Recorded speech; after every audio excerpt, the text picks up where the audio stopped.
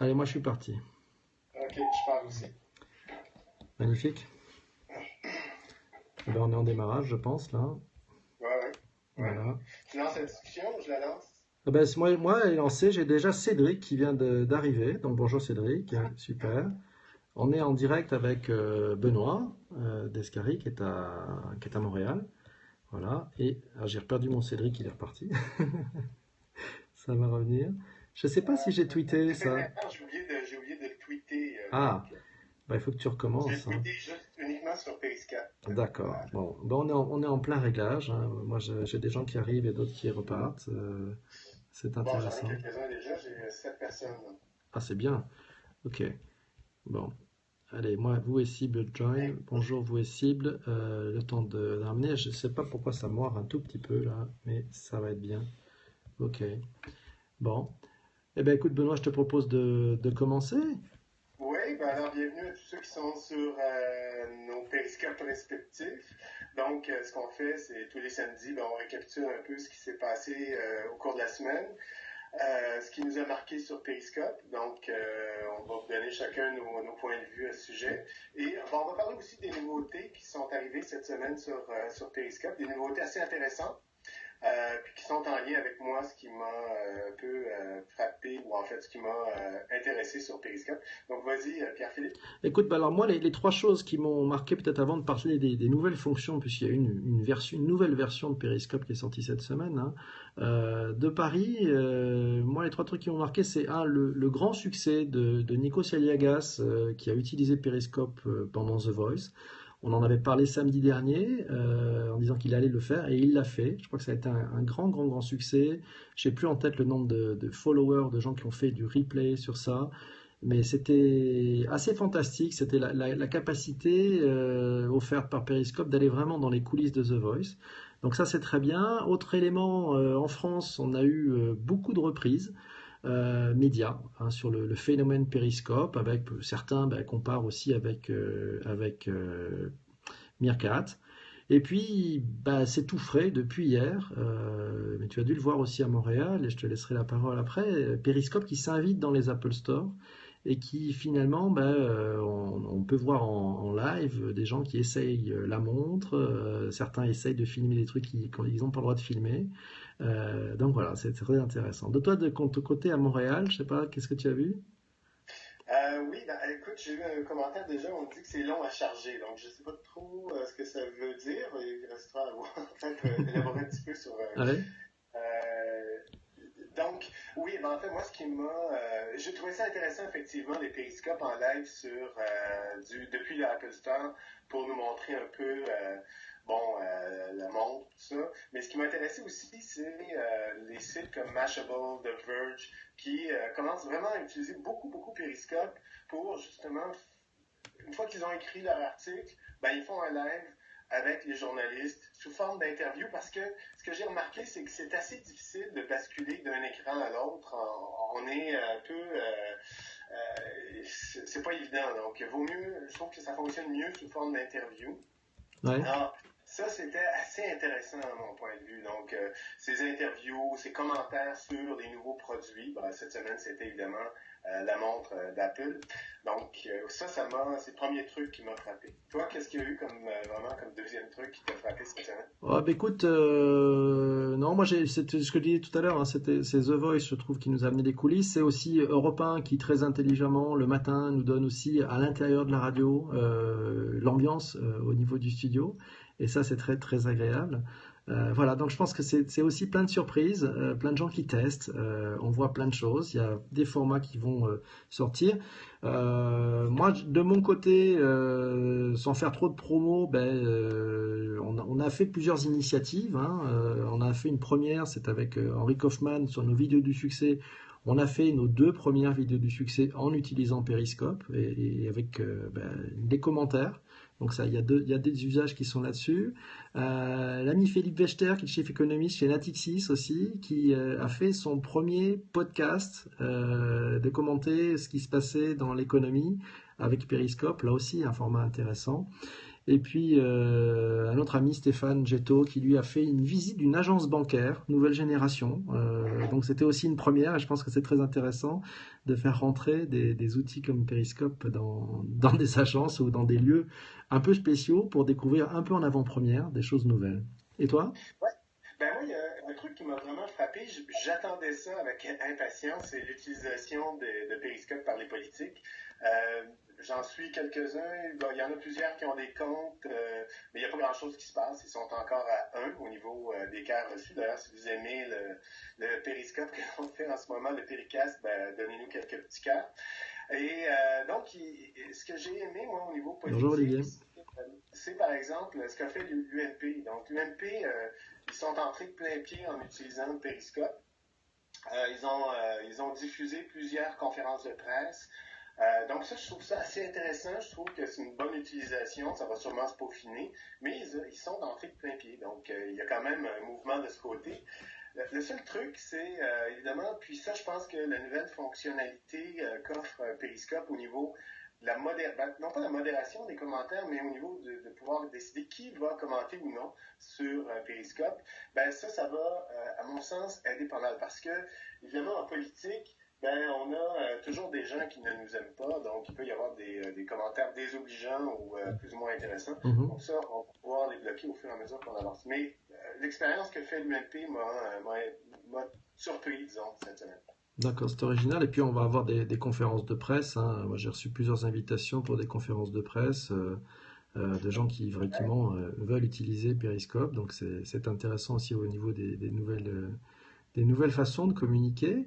Voilà, du côté des stats, parce que bon, on entend pas mal parler, on le disait tout à l'heure dans les médias, de ce combat un peu Periscope et Meerkat. Alors de quelques chiffres, ce qui est intéressant, c'est de voir qu'il y a plus de followers de Meerkat sur Twitter. Ils sont aujourd'hui à 332 000 abonnés à Meerkat, alors qu'il n'y en a que 74 000 sur Periscope. Curieux, alors que Periscope devrait profiter massivement, je pense, de la force de Twitter. Donc à suivre aussi. Et si on regarde quelques stats en direct du site Lookats, on s'aperçoit que depuis hier soir, c'est surprenant, mais il y a plus de broadcasts sur Meerkat que sur Periscope en live streaming. Voilà. La durée d'un stream sur Meerkat est aux alentours de 11 minutes, alors que sur Periscope, on est plutôt dans les un peu moins de 6 minutes. Voilà, donc c'est à suivre aussi. Donc les deux, à mon Ouais. avis, ont un usage très différent. Ouais, puis j'ai eu un commentaire, puis c'est effectivement vrai. Je n'ai pas eu le temps, malheureusement, de voir qui m'a fait le commentaire, mais ça demande beaucoup de bandes passantes sur le LTE. 3G, ça fonctionne plus ou moins, hein. Si on n'active pas le LTE, Ouais. la 3G, la diffusion est plus ou moins bonne.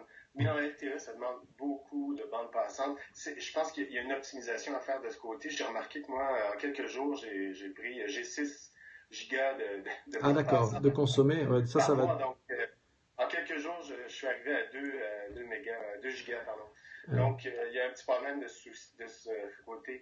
Juste pour revenir au niveau de l'expérience que je fais, moi, je fais régulièrement des petites capsules Périscope. Ouais. Je remarque déjà qu'il y en a quelques-unes qui fonctionnent mieux que d'autres.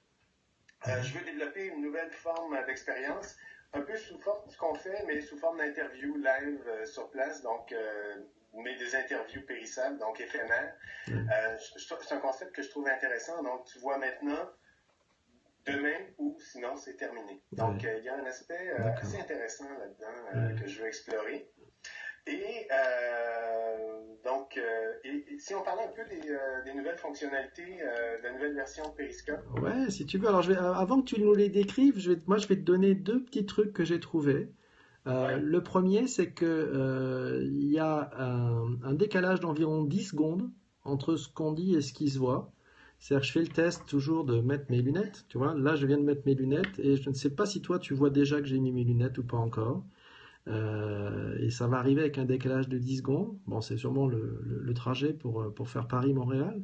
Mais donc il y a ce décalage-là. Et puis deuxième élément intéressant, c'est que les périscopes ne sont pas périssables. C'est-à-dire qu'en fait, il y a bien les 24 heures dans la timeline, mais en fait, si tu as le lien du périscope, tu peux y accéder encore. Donc ça Ah veut ouais? dire que les périscopes qui ont été tweetés, si tu les retrouves, tu peux aller voir des choses qui ont 4, 5, 6 jours, 10 jours. Voilà, donc ça veut dire qu'il stocke tout. Donc ça aussi, ça veut dire qu'on peut réutiliser peut-être les liens à investiguer. Alors les Je vais te trois montrer fonctions là. j'ai un souci, moi, j'ai oublié de. Ça, c'est. Bon, je suis distrait, ça fait partie de ma nature, mais j'ai oublié d'activer le tweet lorsque j'ai démarré mon Periscope. Donc, je demandais à une des personnes qui me suit sur Ah, Periscope ouais. actuel, depuis mon flux, de peut-être retweeter le flux pour que je puisse avoir l'URL. Parce que c'est un des problèmes. Si on ne tweet pas, j'ai pas compris encore comment on récupère l'URL pour pouvoir justement la retweeter par la suite. Ouais, Donc, si on le laisse à l'intérieur de Periscope, ça ne fonctionne pas. Donc, s'il y en a un qui aurait la ouais. gentillesse, ou une, qui aurait la gentillesse de retweeter, on va dans le truc, puis on clique, Ah et ouais. on peut retweeter Bah tiens, moi je le vais demander Periscope. pareil. Je vois Cyril et Christophe là. Si vous pouvez retweeter aussi, c'est cool. C'est cool. Ou partager à partir de ce que vous voyez sur Periscope. Alors, Benoît, en attendant que nos amis partagent, ça sera Ouais. sympa. Qu'est-ce que les nouvelles fonctionnalités de Periscope cette semaine là?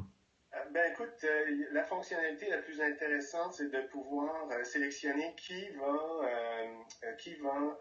pouvoir justement intégrer le système de commentaires. Bon, pour des gens comme nous, c'est pas vraiment utile dans le sens où on va laisser tout le monde commenter, mais encore une fois, peut-être pour des marques ou des gens qui sont des politiciens, des politiciennes. Donc, on peut décider que ce soit uniquement les gens que l'on suit. Donc, euh, les gens qu'on suit sur Periscope qui ont la possibilité de pouvoir commenter à l'intérieur du Periscope Live, ce qui limite le nombre de spams qu'on pourrait avoir. L'autre truc qui est possible de faire, c'est au cours d'une diffusion, on peut bloquer quelqu'un. Donc, je vois un commentaire désobligeant, je peux appuyer sur le commentaire et tout de suite, j'ai accès euh, à la possibilité de pouvoir Le bloquer bloquer, cette d'accord. personne. Ouais. Donc, ça me permet de bloquer les gens en live, tout simplement. Ok. Euh, donc, ça, c'est les deux fonctionnalités. J'ai oublié, écoute, il y a une troisième Ah, fonctionnalité. moi j'en ai vu une troisième, c'est-à-dire qu'en fait on peut aussi envoyer des périscopes privés. Ça, on l'avait. Et puis sur le côté, maintenant on peut accéder donc soit aux flux mondiaux, soit juste aux flux des gens qu'on suit. Donc là, ce qui nous amène aussi, ça va sûrement. Alors, est-ce que ça va donner plus de poids à ce qui est diffusé, ou au contraire, commencer déjà à ramener un tout petit peu plus les gens juste sur leur centre d'intérêt? Euh, Non, ça, je pense que c'est excellent parce que nos flux pouvaient se perdre, par exemple, dans des flux de Mashable, de Verge, des trucs qui sont très gros, qui attirent beaucoup de monde, des milliers de personnes. Alors, tous les flux de nos amis pouvaient se retrouver coincés ou carrément disparaître.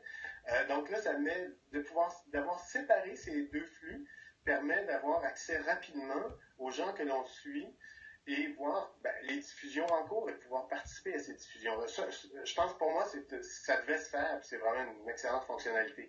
Cependant, il manque un truc que Meerkat offre, qui à mon avis est vraiment très bien, ouais. c'est la possibilité de pouvoir planifier Ah, un événement, ouais, ouais, un ouais. événement. C'est pas mal Ça ça. c'est génial chez Ouais. Meerkat. Ouais, je pense que ça va venir, ça. À mon avis, on devrait le voir arriver bientôt sur Periscope, ce côté de J'ai une programmation. question. J'ai Ouais.